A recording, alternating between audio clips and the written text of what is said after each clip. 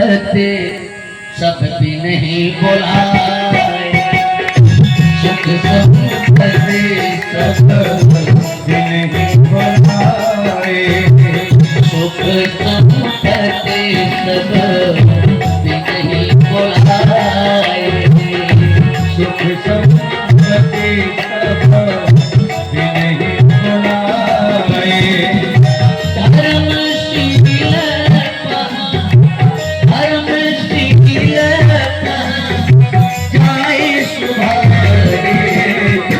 सुख संपत्ति सब नहीं बुलाए, सुख संपत्ति सब नहीं बुलाए।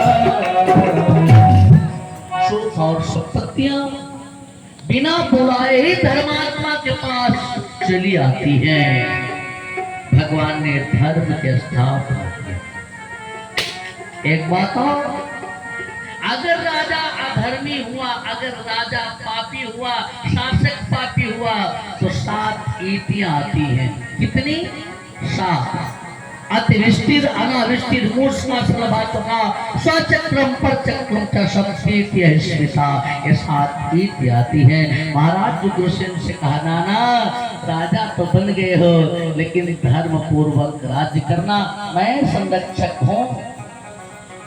लेकिन इसमें भी पढ़ाई लिखाई बड़ा महत्व रखती है। मैया देव जी और बाबा वसुदेव ने एक चिंतन किया, मेरा बेटा इतनी दिन बाद मिला है, इसको पढ़ाने लिखने के लिए किसी बढ़िया विद्यालय में भेजना होगा, तो सबसे बढ़िया विद्यालय कौन सा है? पता चला उज्जैन में एक विद्यालय है, महाराज संदीपनी कुलाधिपति। अध्यापक बहुत महत्व रखते हैं, क्योंकि प्रतिभा परमात्मा देता है, लेकिन व्युत्पत्ति उसके अध्यापक ही करता है। आचार्य भरत मुनि ने लिखा, कुछ बनने के लिए 3 चीजों की जरूरत है, प्रतिभा, व्युत्पत्ति, अभ्यास। तो प्रतिभा निसर्गजात होती है, नैसर्गिक रचनाजन। अभ्यास विद्यार्थी स्वयं करता है, लेकिन व्युत्पत्ति उसकी गुरु के माध्यम से होती है, अध्यापक के माध्यम से होती है। एक बाबू साहब पढ़ा रहे, गांजा चिलम पीते थे, तब तक डिप्टी साहब आ गए, तो कहे बच्चों ज्वालामुखी से ऐसे धुआं निकलता था, उनको राज्यपाल पुरस्कार मिला, कैसा प्रैक्टिकल करा है, जबकि उद्देश्य कुछ और था। आपसे बताऊं, संदीपनी के हक नैया को भेजा गया पढ़ने के लिए, ध्यान से बच्चे बैठे। जीवन में, जीवन को ऊंचा उठाने में गुरु का कितना महत्व होता है, यह भगवान बताते हैं। क्योंकि भगवान की श्वासों से ही चारों वेद प्रकट हुए हैं, वे कोई भगवान को पढ़ने की कोई जरूरत नहीं है, लेकिन दुनिया के लोगों को उन्होंने दिखाया कि बिना गुरु के चरणों में बैठे कल्याण होने वाला नहीं है।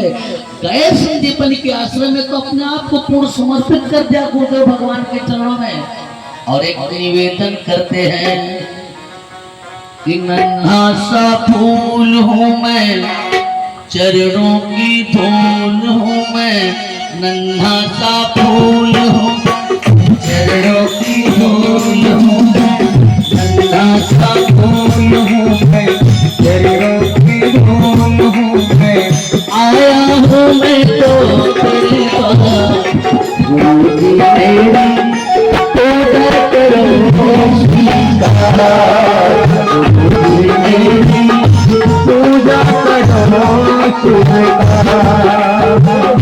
नन्हा सा फूल हूँ मैं, चरणों की धूल हूँ मैं, नन्हा सा फूल हूँ मैं, चरणों की धूल हूँ मैं, आया हूँ मैं तो तेरे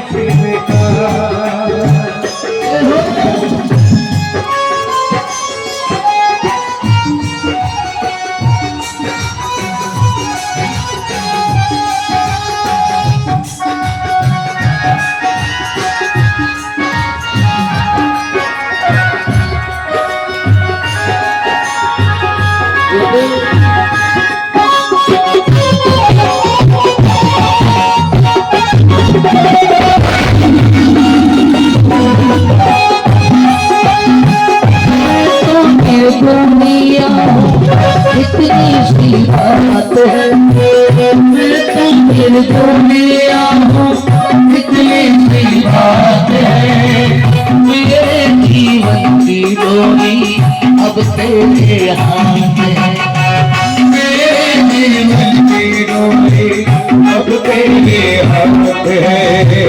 थोड़ा सा थम जाए, धन को थम जाए, थोड़ा सा धन मिल जाए, मेरे धन को धन मिल जाए, होगा बड़ा ही मुश्किल,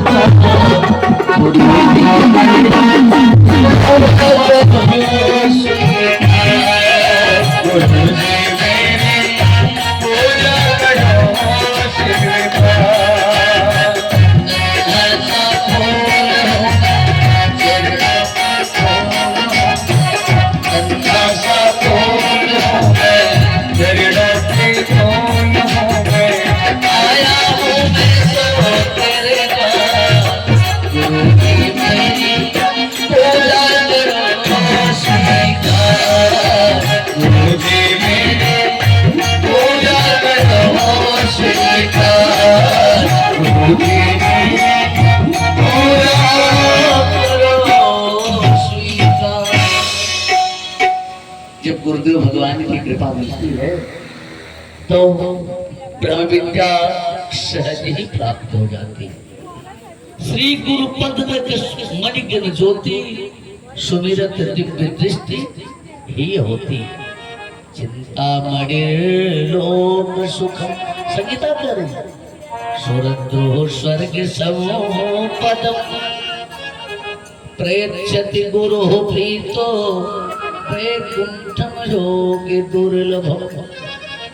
इसलिए गुरुदेव भगवान अब मेरे जीवन रूपी नैया की डोर आपके हाथ में।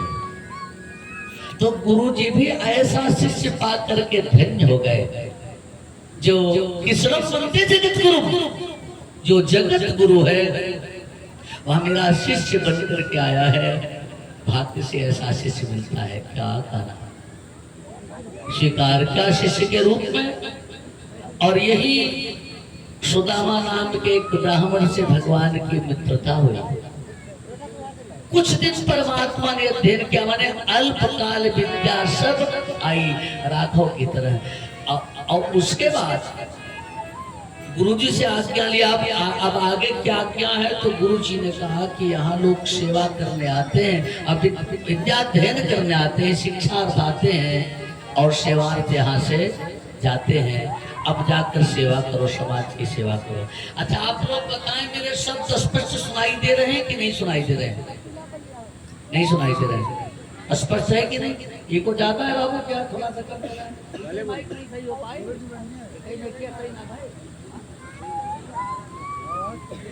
बोली वृंदावन बिहारी लाल की जय हो। विद्यालय में लोग विद्या अध्ययन करने आते हैं, शिक्षार्थ आते हैं और सेवार्थ जाते हैं। गुरुजी ने कहा आप जाकर समाज की सेवा करो। तो गुरु की आज्ञा लेकर पुस्तकालय चलित और पुस्तकों को लेकर कन्हैया ने कहा गुरुजी दक्षिणा क्या दो, क्योंकि बिना दक्षिणा के यज्ञ सफल नहीं होता। शास्त्र कहता है अपंडितो मृतो विप्रो मृतो यज्ञो है दक्षिण मृता सभा सुदेहीना मृता नारी गण प्रभा। भगवान बोले मैंने ज्ञान यज्ञ किया है, आपको दक्षिणा क्या दो? गुरु जी ने कहा कुछ नहीं, मुझे दक्षिणा नहीं चाहिए। अगर आप दक्षिणा देना ही चाहते हो तो अपनी गुरु माता से जाकर पूछ लो। आप बैठो भैया, बैठो बैठो। बोले शंकर भगवान की जय हो। आप अपनी गुरु माता से जाकर पूछ लो दक्षिणा क्या चाहिए। भगवान गुरु माता के पास गए और बताया कि मैं घर जा रहा हूँ। गुरुजी ने दक्षिणा के लिए आपके पास भेजा है। भगवान की गुरु माता ने जब ये सुना कि कन्हैया घर जा रहे हैं, आंखों से झरझर आंसू गिरने लगे।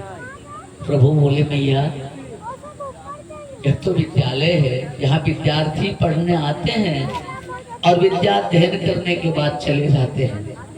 मैं जा रहा तो आप रो रही हो। गुरु माता ने कहा बात कुछ और है, खाना हक क्या? कहा मैं एक माँ हूं, तुम्हारे जैसा मेरा भी एक बेटा था। आज के कुछ दिन पहले वो समुद्र में स्नान करने गया तो फिर से लौट कर नहीं आया। पुत्र के विरह में, पुत्र के शोक में माँ की क्या दशा होती है हमें बता नहीं सकती तुमसे, और बताओगी भी तो तुम समझ नहीं पाओगे, इसलिए कि तुम मां नहीं हो। एक नहीं मेरी भूख मेरे पुत्र के साथ चली गई, मेरी आंखों की नींद मेरे बेटे के साथ चली गई,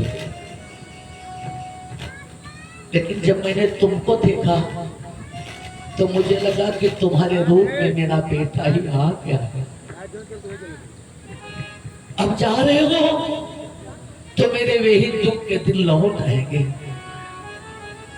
मेरे पतिदेव ने बताया था मुझसे कि भाग्य जो मेरा बेटा जो मेरा शिष्य बनकर आया है ना, ये कोई सामान्य नहीं है, स्वयं नारायण है।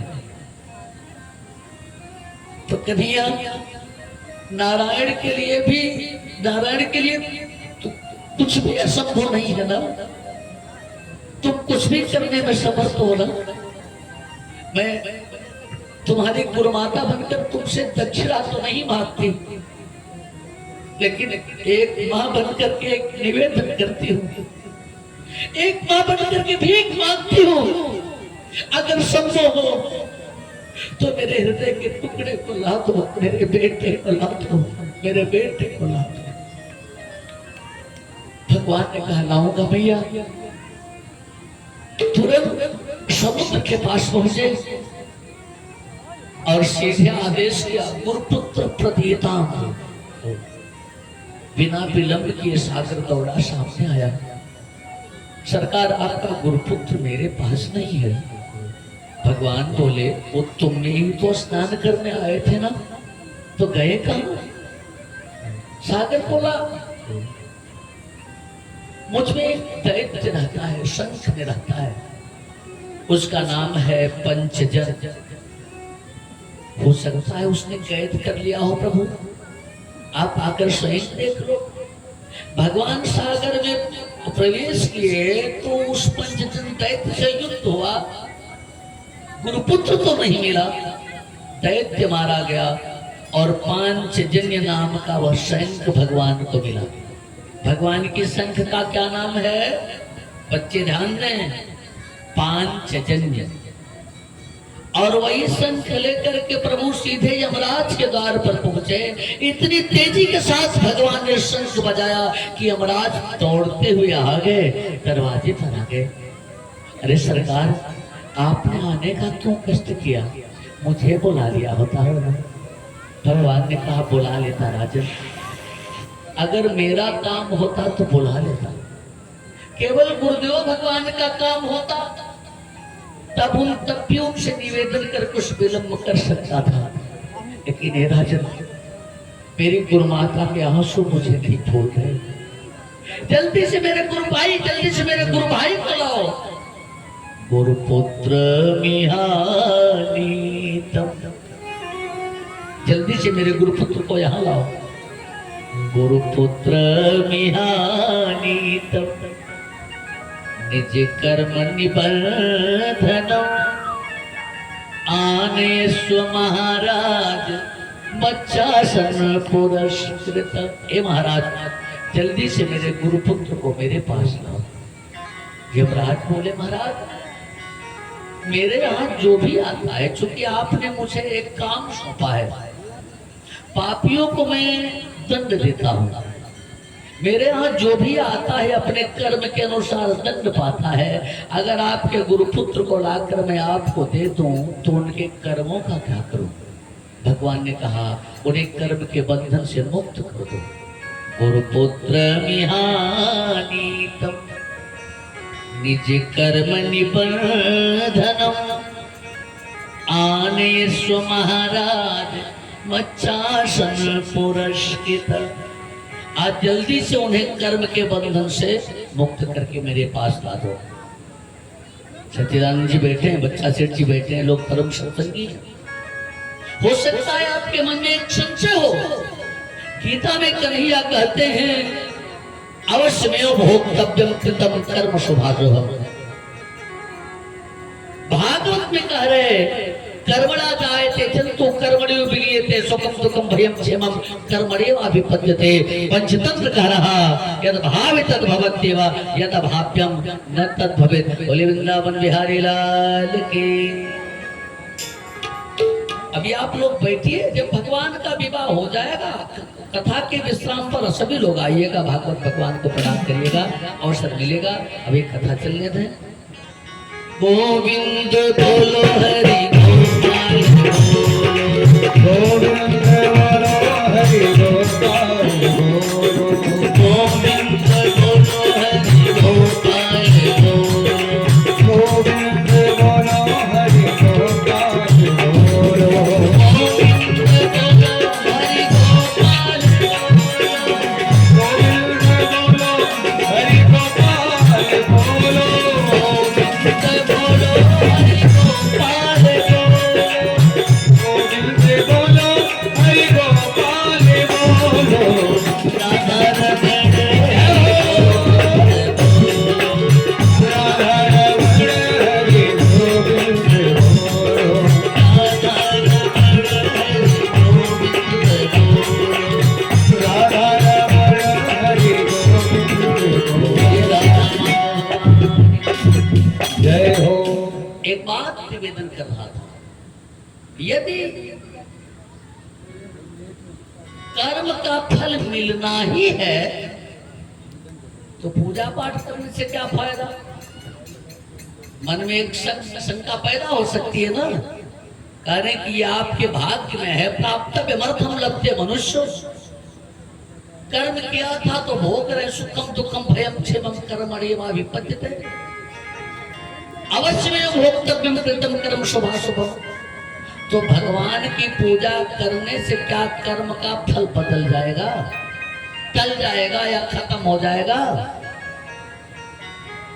पंडित जी करे रुद्राभिषेक करा लो, मनोकामना पूरी हो जाएगी। और शास्त्र का राज जो होना है वो होकर ही रहेगा। जो पाप किया है उसे भोगना ही पड़ेगा। तो फिर भगवान की पूजा करने का क्या फल मिले, क्या फल। ध्यान दें, अच्छे लोग बैठे हैं। अगर किसी बच्चे ने किसी का नुकसान कर दिया, पर्स चुरा लिया, किसी बच्चे ने किसी मैया के कान का टप्स चुरा लिया, और मैया दो जगह उलाहना दे सकती है, शिकायत कर सकती है। या तो उस बच्चे के माँ के पास जाकर शिकायत कर सकती है, या पुलिस में जाकर शिकायत कर सकती है। क्योंकि बच्चे ने चोरी किया है, बच्चे ने अपराध किया है। माँ सुनेगी तो माँ भी बच्चे को दंड देगी, माँ भी थप्पड़ मारेगी, और पुलिस पकड़ के ले जाएगी तो पुलिस भी दंड देगी। सच्चिदानंद भैया है ना, लेकिन दोनों के दंड में अंतर होगा। माँ जब थप्पड़ मारेगी बच्चे को तो इस बात का ध्यान रखेगी कि मेरे बच्चे का नुकसान न हो, लेकिन जब पुलिस डंडा मारेगी तो पुलिस माँ की ही तरह मारेगी नहीं ना। माँ के दंड में और पुलिस के दंड में अंतर होगा ना।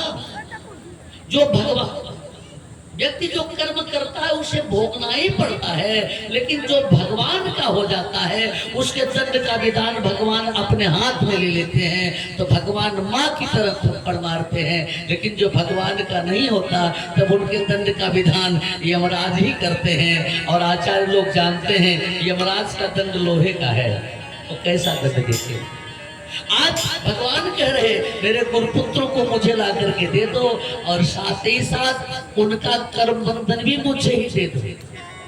गुरुपुत्र विहानी तब निज कर्म निबंधन आने स्व महाराज मच्छासल पुरस्कृत। यमराज ने गुरुपुत्र ला करके दिया, और भगवान ने अपने गुरु भाई को गुरु माता के सामने लाकर खड़ा किए तो गुरु माता ने बहुत आशीर्वाद दिया। और गुरुजी ने गुरु जी ने तो आशीर्वाद की झड़ी ही लगा दी।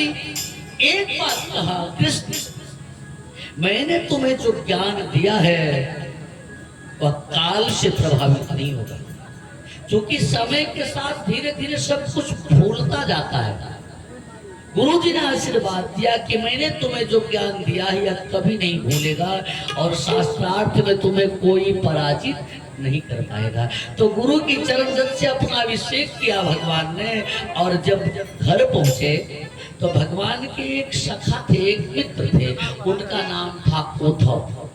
उद्धव बृहस्पति के शिष्य थे, देवताओं के गुरु बृहस्पति के शिष्य थे उद्धव, और बड़े ज्ञानी थे। तो ज्ञान में प्रदर्शन के भाव होते कि मैं भी जानता हूं। ज्ञानी प्रदर्शन करना चाहता है, अपने ज्ञान का प्रदर्शन करना चाहता है। बात नहीं समझ में आ रही? राम जी प्रवोत्सर पर्वत पर थे, काले कतरारे बादल घिरे हैं, धीरे धीरे बरसात हो रही, जुगनू चमक रहा है। राम जी बोले लखनलाल से, लक्ष्मण कहा प्रकाश नहीं है। क्यों? कहा इसलिए कि रात है, रात में प्रकाश नहीं होता, रात में सूर्य नहीं दिखाई देता है ना, प्रकाश नहीं होता। लखनलाल ने कहा प्रभु रात में भी प्रकाश हो सकता है अगर चंद्रमा हो तो। निशितम घन, निशि है, रात है इसलिए सूर्य नहीं है, तम माने अंधेरी रात है इसलिए चंद्रमा नहीं है। कहा प्रभु अंधेरी रात में भी थोड़ा थोड़ा प्रकाश होता है, जब तारे टिमटिमाते हैं तो।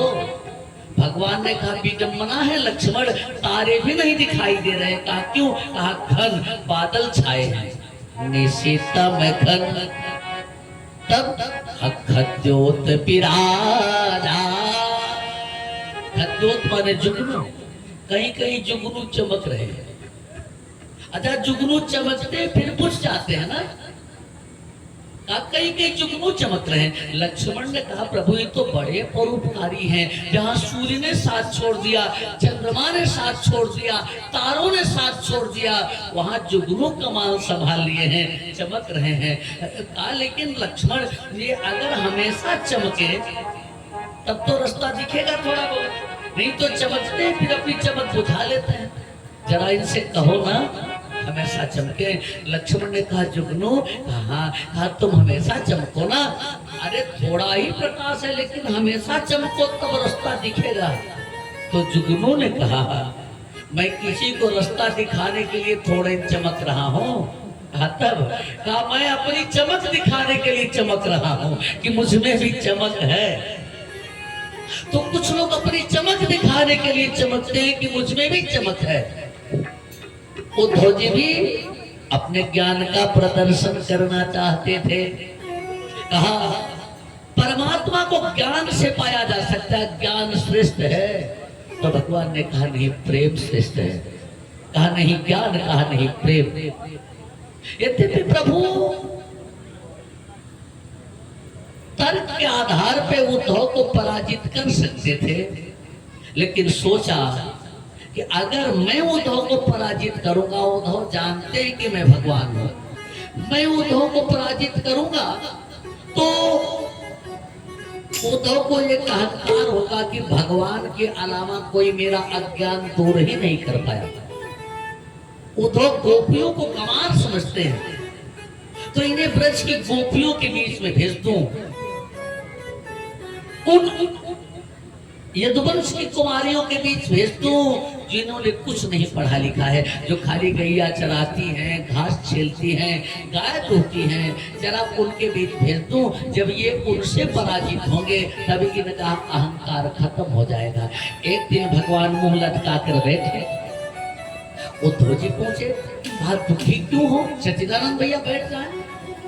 वृंदावन बिहारी लाल की नीचे देखे तो है, ए बाबू नीचे बैठ जाओ। सच्चिदानंद भैया बैठे, आप बैठे। बोले कृष्ण कन्हैया लाल की जय हो, राधा माधव भगवान की जय हो।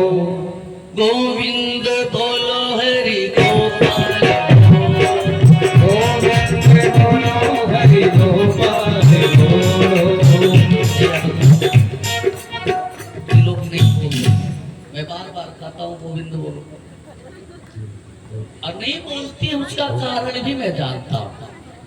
एक मैया ने कहा खाए थे बाबा कीर्तनवा कैसे करी यही तो हमारे उनके नमुआ पड़ेला उनके माने जानते हैं ना के मालिक का।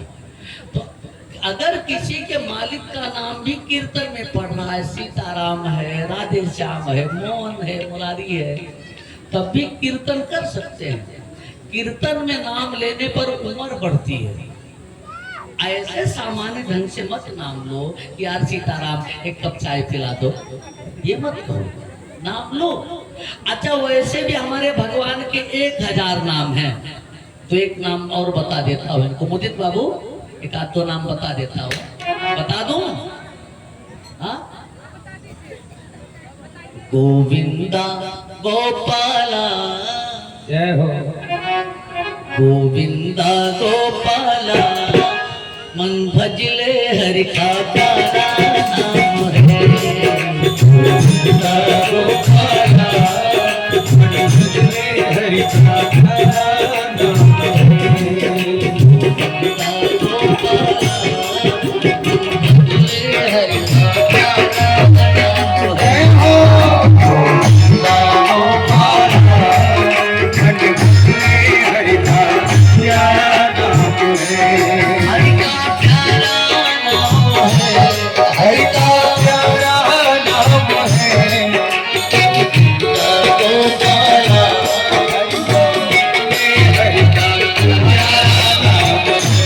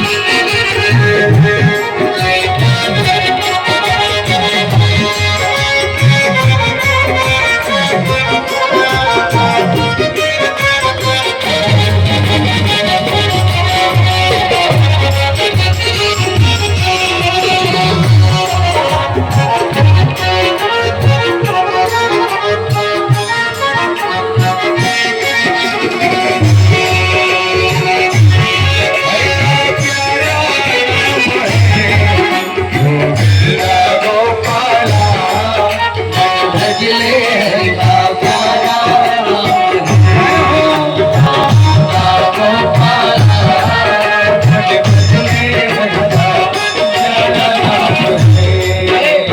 ताली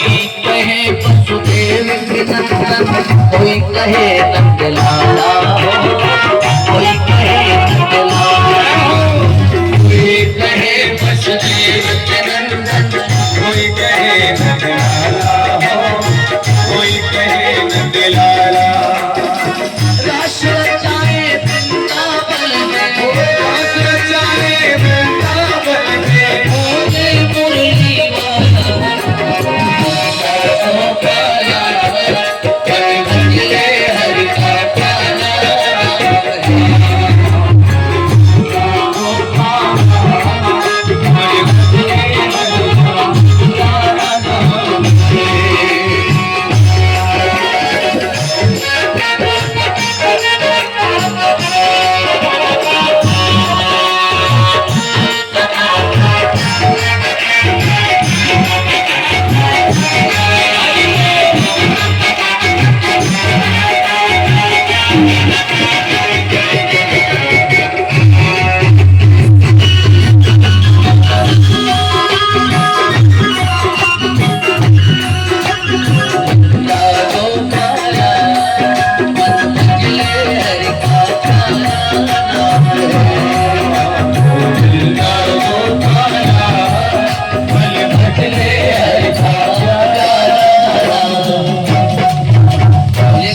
कन्हैया लाल की जय हो।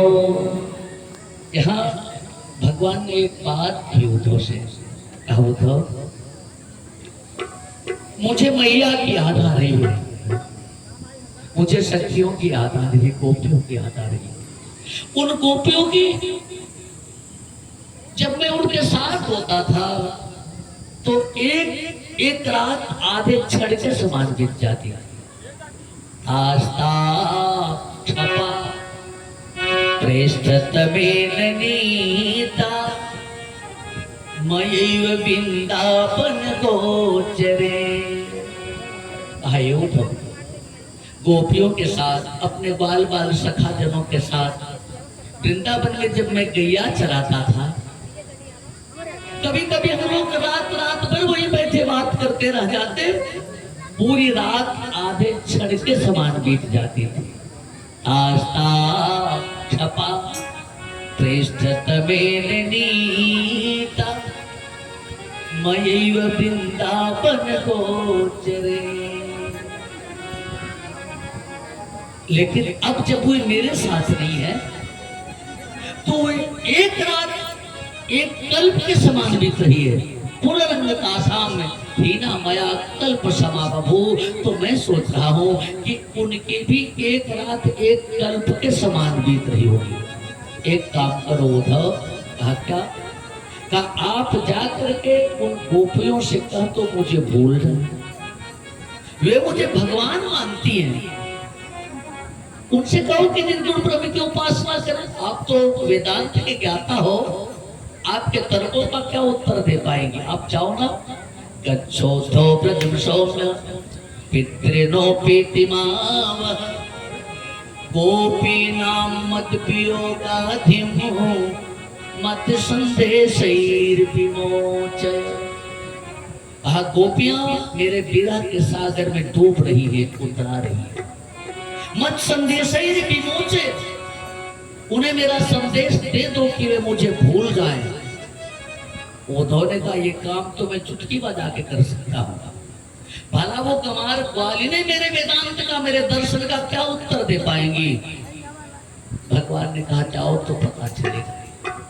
जब उद्धव जी चलने लगे तो प्रभु ने अपना दुपट्टा उतारा और उद्धव के कंधे पर डाल दिया। उद्धव ने कहा ये क्यों?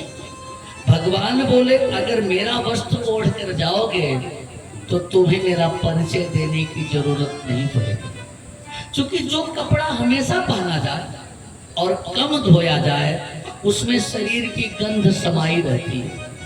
भगवान ने कहा मेरे उत्तरीय में मेरे शरीर की गंध समाई है और इस गंध से वे लोग अच्छी तरह से परिचित हैं। उद्धव जी को भगवान ने वही रथ दिया जिस पर बैठकर वे मथुरा से आए थे, अपना उत्तरी उनके कंधे पर डाल दिया। उद्धव जी जब पहुंचे वृंदावन तो शाम हो रही थी। प्राप्तो नंद भजम सीमा निमिलोचति विभावसो। रात धीरे धीरे आंख खोल रही थी, मैंने रात होने वाली थी। एक बात बताऊं, जो सूर्यास्त के बाद भोजन का विधान नहीं है, सूर्यास्त के बाद पंछी भी ज्यादा चारा नहीं चुनते हैं, गैया भी अपने गोष्ठ की तरफ भागती हैं, पंछी नीड़ की तरफ घोंसले की तरफ भागते हैं। तो मैं आपसे निवेदन कर रहा कि गायें चल रही थी नहीं, गायें दौड़ रही थी। खुररेणु भी भागवत में वर्णन आता है, उनके पैर की धूल से आकाश भरा हुआ था। कभी वो इस जगह को सूंघती, कभी उस जगह को, कभी उस जगह को। माने चल नहीं रही थी, खाली जगह को सूंघ रही थी। क्यों? आप पशु सूंघ कर ही पहचान करते हैं, तो गैया उन जगहों को सूंघ रही थी जहाँ जहाँ कन्हैया ने गाय दुहा था। अच्छा, उद्धव के रथ की पताका जब दिखी दूर से तो गोपों ने कहा अरे अरे अरे भैया सुन सुन, वो देखना अपना कन्हैया आ रहा है, कन्हैया, अपना कन्हैया आ रहा है। सभी दौड़े, लेकिन नजदीक पहुंचे तो देखा वो कन्हैया नहीं था, कन्हैया के जैसा था। लौटने लगे। उद्धव ने एक बात कही, भैया मुझे नंद के घर का रास्ता बता दो। कहा ये जो नाला बहता हुआ जा रहा है, इसी नाले के किनारे से चले जाओ, नंद के घर पहुंच जाओगे। जिस घर से नाला निकला हो जान लेना कि वही नंद का घर है। उद्धव ने कहा ये इतना बड़ा नाला किसी के घर से निकल सकता है? शायद संभव नहीं है। अरे किसी के घर से इतना ज्यादा पानी बहेगा? गोपू ने कहा ये पानी नहीं है। कहा तब भाई एक माँ के आंसू है। नंद का एक लाला था, नाम था कृष्ण। मथुरा जाने लगा तो कहकर गया मैं परसों आऊंगा, लेकिन परसों बीत गए, आज तक लौट करके नहीं आया। यशोदा रोज सुबह दही मध के माखन निकालती है तो माखन का कटोरा लेकर के बैठ जाती है कि मेरा कन्हैया आ रहा होगा, और अपने पुत्र की आंख में आंखों से झरझर आंसू बहा रही होती है। प्रमाण ये नाला है। नंद जशोदा मार्ग जोत, निस दिन साझ सकारे, चौदिस कान कान कही तेरत, अंशुमन बहत पनारे। उनकी आंखों से नाला बन गया है।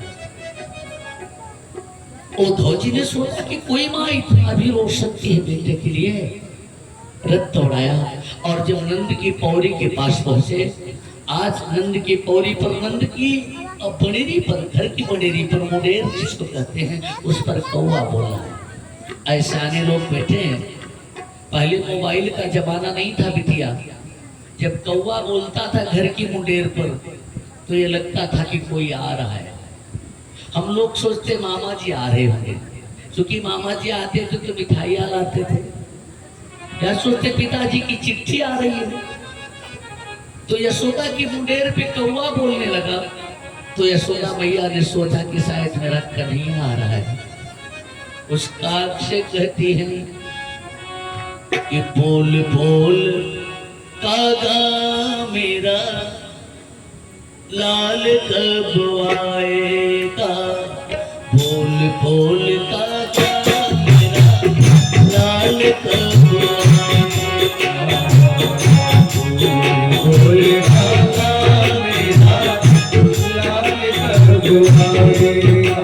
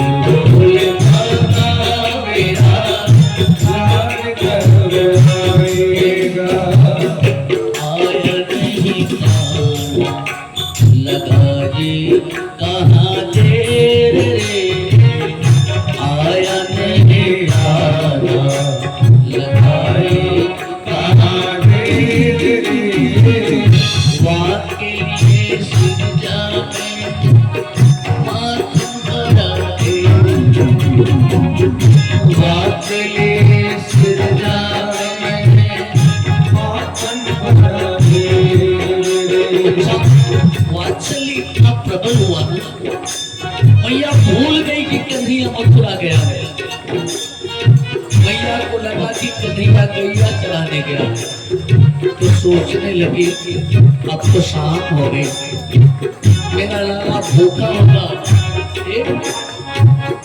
आया नहीं कहा लगाई कहाँ देर रे, आया नहीं कहा लगाई कहाँ देर रे, माँ के लिए सिंध जा मैंने माथा बड़ा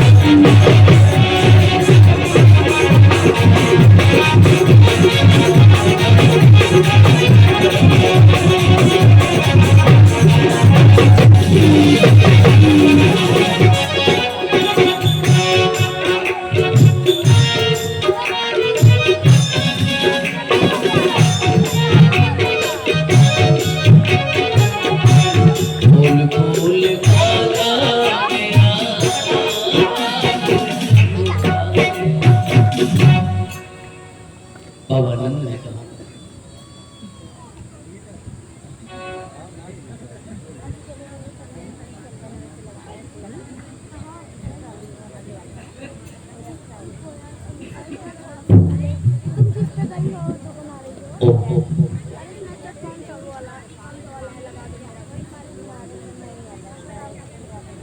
बोले वृंदावन बिहारी लाल की जय हो।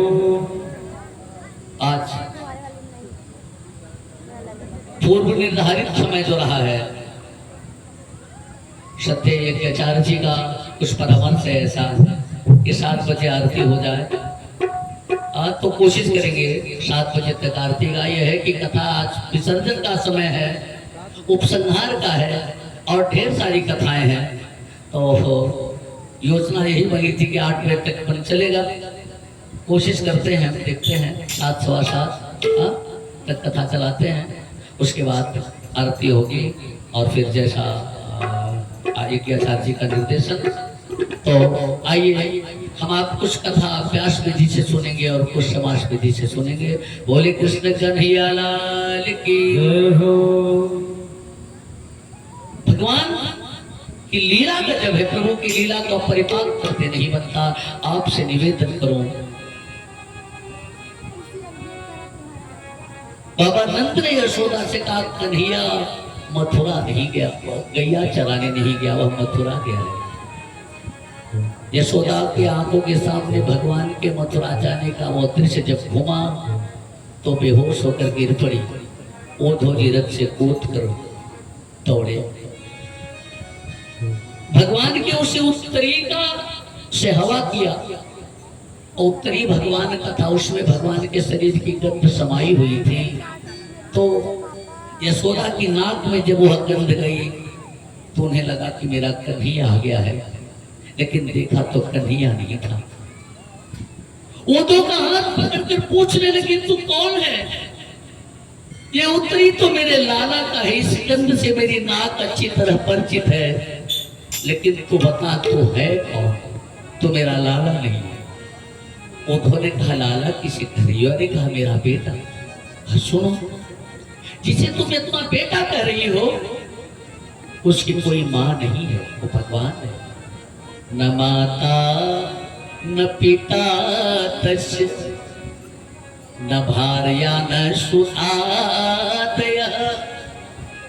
भगवान तो भगवान है, भगवान अजन्मा है, माँ उसकी होती है जिसका जन्म होता है। न माता न पिता तस्य न भार्या न सुताद्य। परमात्मा भगवान की कोई माँ नहीं है, उनका कोई पिता नहीं है, कोई पत्नी नहीं है। नात्मीयो न पश्चामी न देहो जन्म देवचा, उनका कोई आत्मी नहीं है। अरे जिसका जन्म ही नहीं होता उसकी माँ कहाँ से आएगी, उसकी माँ कहाँ से होगी? भूल जाओ उसे। यशोदा ने कहा तू है कौन पहले ये बता। उद्धव ने कहा मैं श्री कृष्ण का मित्र हूं, सखा, बृहस्पति का शिष्य। कहा तो भगवान कौन है? कहा भगवान बंधन से छुड़ाने वाला होता है। यशोदा मैया ने कहा तो सुन उद्धव, जिसे तू भगवान कह रहा ना, जो भगवान बंधन छुड़ाने वाला होता है, तेरे उसे कृष्ण को मैंने अपने हाथों से उखल में बांध दिया। यदा तदपि न्यूनम तेनान्यतपि संदते तदपि त्वयं मूलं न्यूनम यद यदा तत्बंधनम। मैंने तेरे उसी भगवान को उखल में बांध दिया था, तो मैं कैसे मानूं रे कि वो भगवान है? और अगर तेरी बात मान भी लूं कि वो भगवान है, तब भी मैं उसे भूल नहीं सकती। इसलिए नहीं भूल सकती कि मैं एक माँ हूँ, और किसी मैया का कोई पागल बेटा भी घर से भाग जाए तो उसके बिना में रो रो के मर जाती है। अरे जब कोई माँ अपने पागल बेटे को नहीं भूल सकती, तो मैं अपने भगवान जैसे बेटे को कैसे भूल जाऊं रे, कैसे भूल जाऊं? उद्धव का पूरा ज्ञान ही समाप्त हो जाता है, रुक जाता है। उद्धव के रथ को देख करके गोपियों को विदित होता है कि कन्हैया शायद कन्हैया आए हैं, लेकिन फिर पता चलता है कि नहीं उद्धव जी आए हैं। तो गोपियां आती हैं और उद्धव और गोपी का बड़ा मार्मिक संवाद यहाँ होता है। समय नहीं संकेत कर रहा है कि उसका चित्रण किया जाए, क्योंकि समय सुनिश्चित हो गया है 7 सवा 7 तक का। इसलिए मैं आपसे आग्रह कर रहा था को कुछ समास विधि से हम लोग आगे बढ़ाते हैं। फिर जरासंध के मथुरा पर आक्रमण का वर्णन आता है। भगवान 17 बार जरासंध को पराजित करते हैं, और 18वीं बार मुचकुंद को निमित्त बना करके जो है कालियवन का उद्धार करते हुए सीधाम द्वारिका में पहुंचते हैं। तो द्वारिका में पहुंचने के बाद भगवान के विवाह की कथा आती है। बोलिए द्वारिकाधीश भगवान की जय हो। और विवाह के लिए आप लोग तैयार होकर के बैठे हैं। आइए इस कथा के माध्यम से धीरे धीरे हम लोग कथा का उपसंहार करेंगे। भगवान सिंहासनारूढ़ हुए, राजा बने, तो लोगों ने जयकारा लगाया।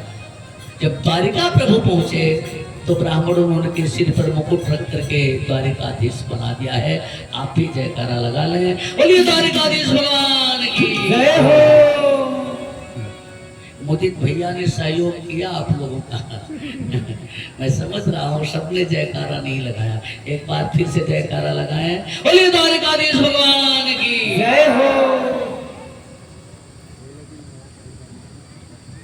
अभी सबने जयकारा नहीं कायदे से लगाया। अच्छा, वहां भी जो सब आगे जो महात्मा लोग बैठे थे उन्होंने प्रेम से जयकारा नहीं लगाया। तो भगवान ने कहा कि आप जयकारा क्यों नहीं लगा रहे? मेरा राजा बनना आपको अच्छा नहीं लगा क्या?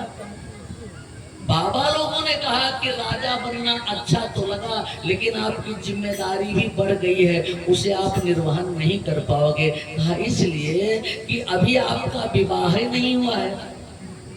पति और पत्नी गृहस्थ जीवन रूपी गाड़ी के 2 पहिए हैं सच्चिदानंद भैया। अगर एक पहिया पंचर हो जाए तो गाड़ी सही सलामत नहीं चलेगी। घर के बाहर की व्यवस्था पति बनाता है तो घर के अंदर की व्यवस्था पत्नी बनाती है। कहा भी आपका ब्याह नहीं हुआ है। भगवान बोले ब्याह कैसे हो, पहले बड़के भैया का ब्याह हो जाए तब तो फिर अपना विवाह करो ना।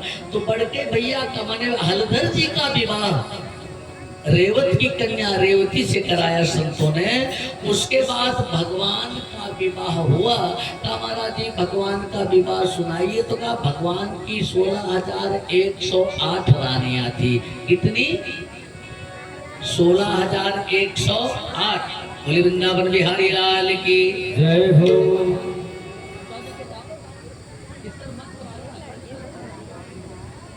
बोले कृष्ण कन्हैया लाल की जय हो। गोविंद जय जय गोविंद जय जय गोपाल जय जय।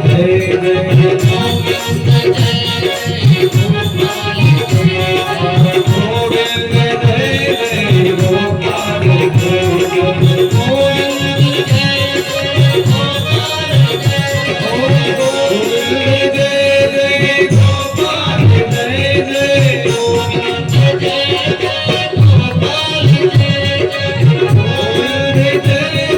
गोपाल जय जय।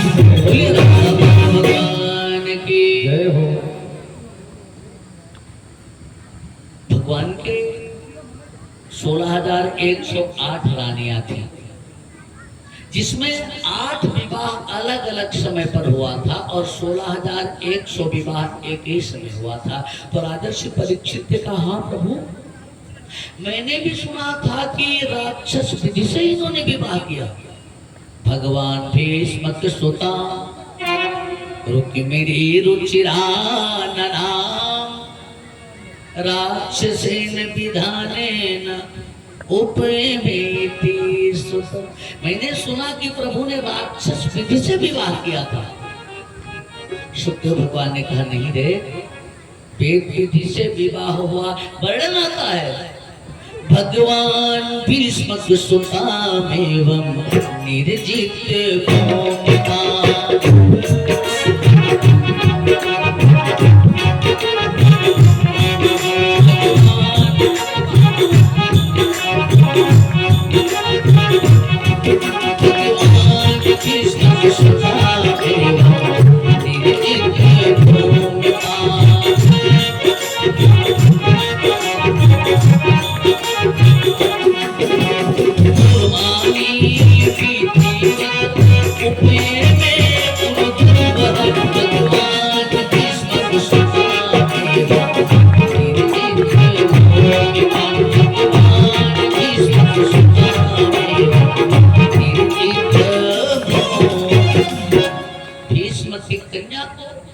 युद्ध क्षेत्र में जीता परमात्मा ने तो पुरमानी विधिवत होती में क्रोध बह।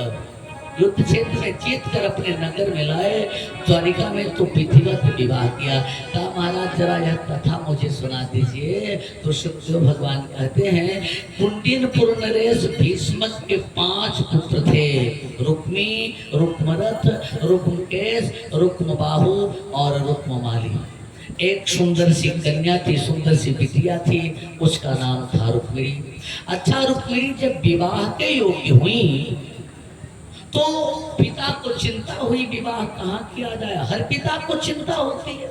परिवार में विचार विमर्श करने लगे तो रुक्ममाली ने कहा जहां तक मुझे लगता है पिताजी, द्वारिकाधीश को संबंधी बना लिया जाता तो अच्छा होता। रुक्मिणी बिगड़ गया। उस रणछोड़ को संबंधी बनाने की कभी सलाह मत देना। अरे शिशुपाल वगैरह जो ऊंचे राजा हैं उनकी कुल का नाम तुम्हें नहीं आता रहा है, उनकी कुछ चर्चा करो ना। पिताजी आप निश्चिंत रहो, शिशुपाल मेरा मित्र है और ऐसा राजा है कि पवन भी उसकी आज्ञा मानने के लिए विवश हो जाते हैं।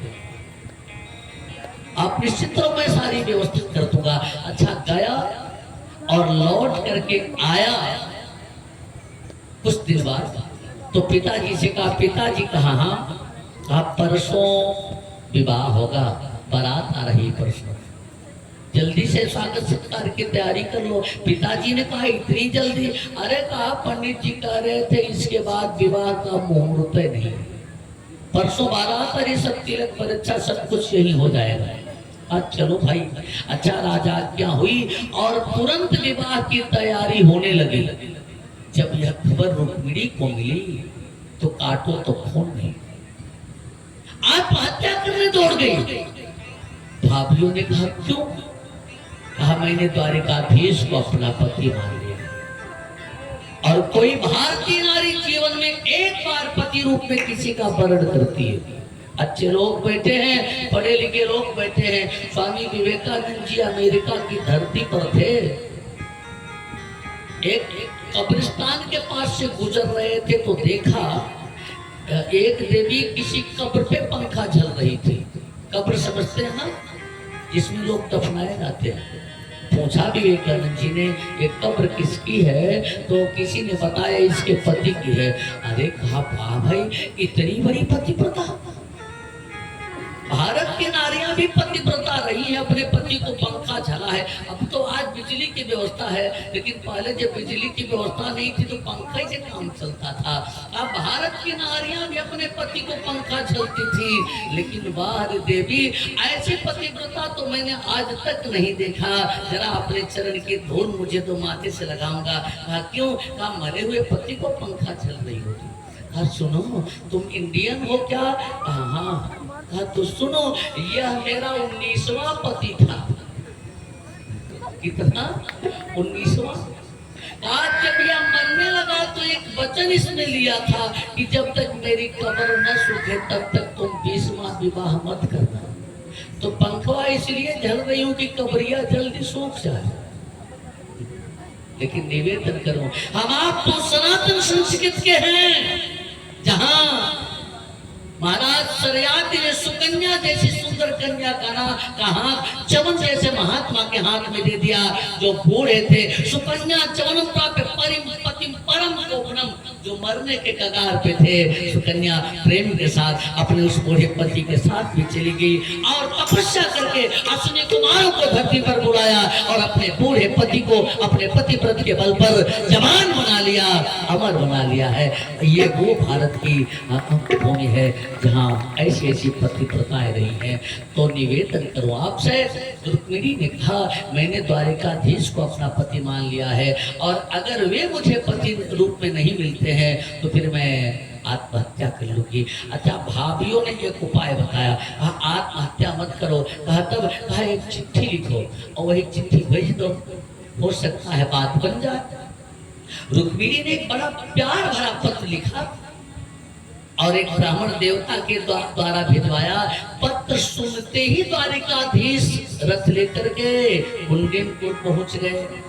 अब आप सोचोगे कि पत्र में ऐसा क्या लिखा था कि सुनते ही भगवान पहुंच गए। पढ़ के सुना दे? सुनना चाहेंगे आप लोग? कुछ दूसरे की चिट्ठी पढ़ाई की न चाहे और सुनाओ कि न चाहे, और फिर भी और भी ऐसा पत्र, लेकिन सुनाना तो जरूर ही पड़ेगा, चूंकि आज ही अंतिम है। मेरा अंतिम क्या कहूँ, एक जगह कथा चल रही थी, एक माता जगह में बैठी बहुत रो रही थी। गुरुजी कथा कहते उतरे तो कहा भैया आप बहुत भाव से कथा सुन रही थी। कहा कैसे गाना? आप बहुत रो रही थी। कहा बाबा आज तनिको ना सुन ली। कहा तब काहे रो रही थी? कहा बाबा मोरे एगो पाड़ा रह। पाड़ा माने पाड़वा ओके पाकर गोकुल काट लीलेस बाबा। बाबा पड़ोना 7 दिन चिल्लाई, 8 दिन मोर गई। ए बाबा तोरो 7 दिन हो गई। निवेदन करूं यहाँ की नहीं कहीं और की बात थी। बड़ा भाव भरा चित्त से पत्र लिखा रुक्मिणी ने। अशुद्धा गुणान भुवन सुंदर श्रीवताम थे निर्विश्य कर्ण विपरीर हंतो हरतो गतापम। आइए प्रभु, आपकी गुणावली जो अपने कानों से सुने उसके सारे पाप ताप और संताप सब नष्ट हो जाते हैं। सुत्वा गुणान भुवन सुंदर श्रीवताम ते निर्विश्य कर्ण विपरीर हरतो गतापम। रूपम दिशाम दिशमता अखिलार्थ लाभम। और आपका रूप जो देख ले दुनिया का सबसे बड़ा फायदा उसका। अच्छा एक बात बताऊं, काम कैसे बनाना चाहिए कोई माताओं से सीखे, कितनी चालाक होती है। भगवान का पहले तो बखान किया, शुद्धा गुणान, आप इतने गुणवान हैं, आपकी जो गुणावली सुने उसके सारे पाप नष्ट हो जाते हैं। आपका दर्शन कोई कर ले तो समझ लो उसको सबसे बड़ा लाभ मिल गया। ये महाराज, मैं कुंडिनपुर नरेश भीष्म की कन्या रुक्मिणी विवाह के योग्य। आपको बताऊं, कोई कन्या जब विवाह के लायक होती है तो सोचती है मेरा पति गुणवान होगा, मेरा पति धनवान होगा, मेरा पति ज्ञानवान होगा, मेरा पति ऐश्वर्यवान होगा, मेरा पति विद्वान होगा। अपने पति के जिन जिन सद्गुणों की कल्पना कोई कन्या करती है वो सारे गुण आप में है। काता मुकुंद महती कुलशील रूप विद्या वयो द्रविड़ धाम विराम तुल्य। तो धीरा पतिम कुलवती नवनीत कन्या। ऐसी कौन सी कन्या है जो आपको पति रूप में पाकर धन्य न हो जाए। मैंने भी आपको पति मान लिया था, लेकिन विडंबना है कि बारात लेकर शिशुपाल आया। डॉक्टर कोमल शास्त्री कहते हैं रुक्मिणी रोते हुए पत्र लिखती है, पति रूप में आपको मान चुकी, पति रूप में आपको मान चुकी, तन से मन से हुई तेरी कन्हैया, पर वीर समर्पण की तुमसे कुछ बात छुपी नहीं मेरी कन्हैया, वीर समर्पण की तुमसे कुछ बात छुपी नहीं मेरी कन्हैया। कभी कोमल आपकी आप बिना पहरे में गई अब घेरी कन्हैया, अति शीघ्र पधारा हूँ पल्लव प्राण के हाथ कहो बिन देरी कन्हैया। एक रिया आप आकर मेरा हाथ थाम, अगर आपने हाथ नहीं थामा तो शेर का भाग सियार चाहता है। शिशुपाल परसों बारात लेकर के आ रहा है, मैंने आपको अपना पति माना है, शिशुपाल मुझे छुए उससे पहले मैं शरीर रूपी मिट्टी को मिट्टी में मिला दूंगी, लेकिन पापी शिशुपाल के यहाँ नहीं जाऊंगी। इतना सुनते ही भगवान ने कहा बस करो महाराज। कहा प्रभु एक महत्वपूर्ण बात लिखा है। रुक्मिणी ने कहा क्या?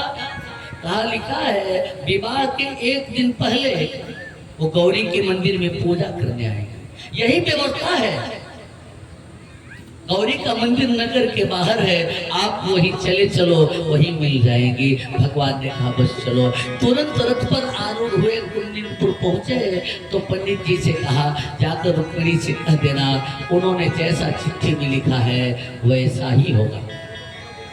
रुक्मिणी बहुत प्रसन्न हुई, बढ़िया ढंग से श्रृंगार किया और देवी के मंदिर में आई। विगत दिवस मैंने निवेदन किया था ना, बेटियों को गौरी की पूजा करनी चाहिए। जानकी मैया ने राम जी को पाने के लिए गौरी का आशीर्वाद लिया है, गोपियों ने कन्हैया को पाने के लिए देवी की पूजा की है। मैया रुक्मिणी भी कन्हैया को पाने के लिए गौरी की पूजा करती हैं कि नमस्ते तांबिके वीक्षणम स्वसंतान युताम शिवा हे शिवा, हे मैया, आपको नमन। नमस्ते तांगिके वीक्षण स्वसंतान युताम शिवाम भूयात् पतिर्मे भगवान कृष्णस्तदनुमोदता। मानो भगवती ने ये कहा कि आप मुझे नमन क्यों कर रही हो बिटिया? कहा मैंने कन्हैया को पति मान लिया। अच्छा, अगर तुमने पति मान लिया तब मेरी पूजा करने की क्या जरूरत है? ना माना होता मुझसे मांगती, तुम्हें विचार करती। जब मान ही लिया तो फिर मेरे पास क्यों आई हो? आप अनुमोदन कर दो। सनातन धर्म में किसी भी नारी के लिए वरण की स्वतंत्रता नहीं है। उसका पिता, उसका भाई या परिवार का कोई सयाना कन्या का हाथ किसी के हाथ में देता है। ये भैया, अगर मैंने स्वतः ही वरण कर लिया तो एक आदर्श बन जाएगा। सनातन धर्म की बेटियां कहेंगी जब रुक्मिणी ने ऐसा किया है तो मैं गलत क्या कर रही हूँ? तो आप हमारी मां बन करके इसका अनुमोदन कर दीजिए। भूयात् पतिर्मे भगवान कृष्ण अनुमोदता। लेकिन गौरी प्रसन्न नहीं हुई, आंखों से झरझर आंसू निकले। आंखों से आंसू गिराते हुए आज रुक्मिणी रोती हुई एक निवेदन करती है कि चरण में बैठी बिटिया अश्वा बहावे, हे भवानी मैया। बोलिए अम्बे मात की जय हो। चरण में बैठी बिटिया अश्वा बहावे, हे भवानी मैया, कल्याणी मैया, दैना से नूर सुहाग, हे भवानी मैया, दैना से नूर सुहाग, हे भवानी मैया, दैना से नूर सुहाग, हे भवानी मैया। चरण में बैठी बिटिया अश्वा बहावे, हे भवानी मैया,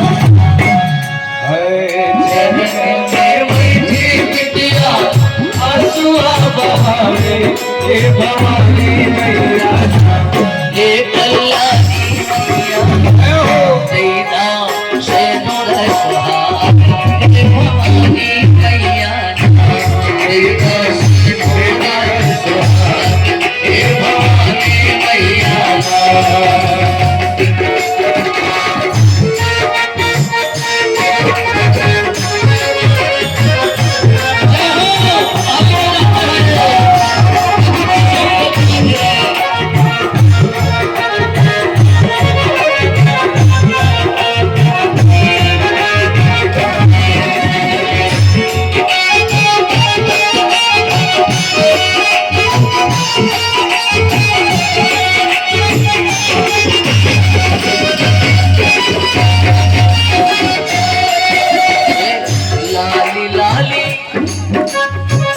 लाली लाली चूनर चढ़ाऊ गई, लाली लाली चूनरी चढ़ाऊ गई।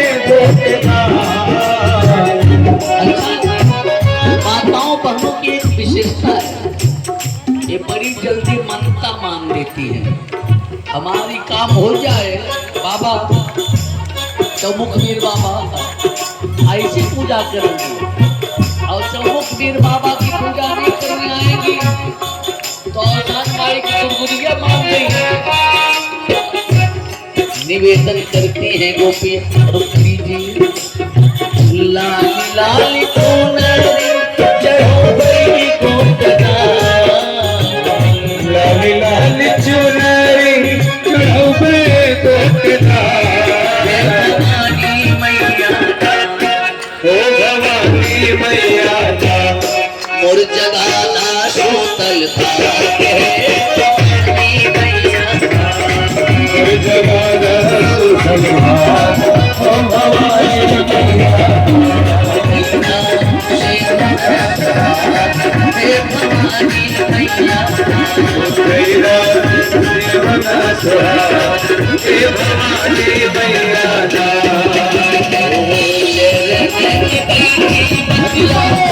हसुआ बहावे हे भवानी मैया हे कल्याणी मैया देना से हसुआ हे भवानी मैया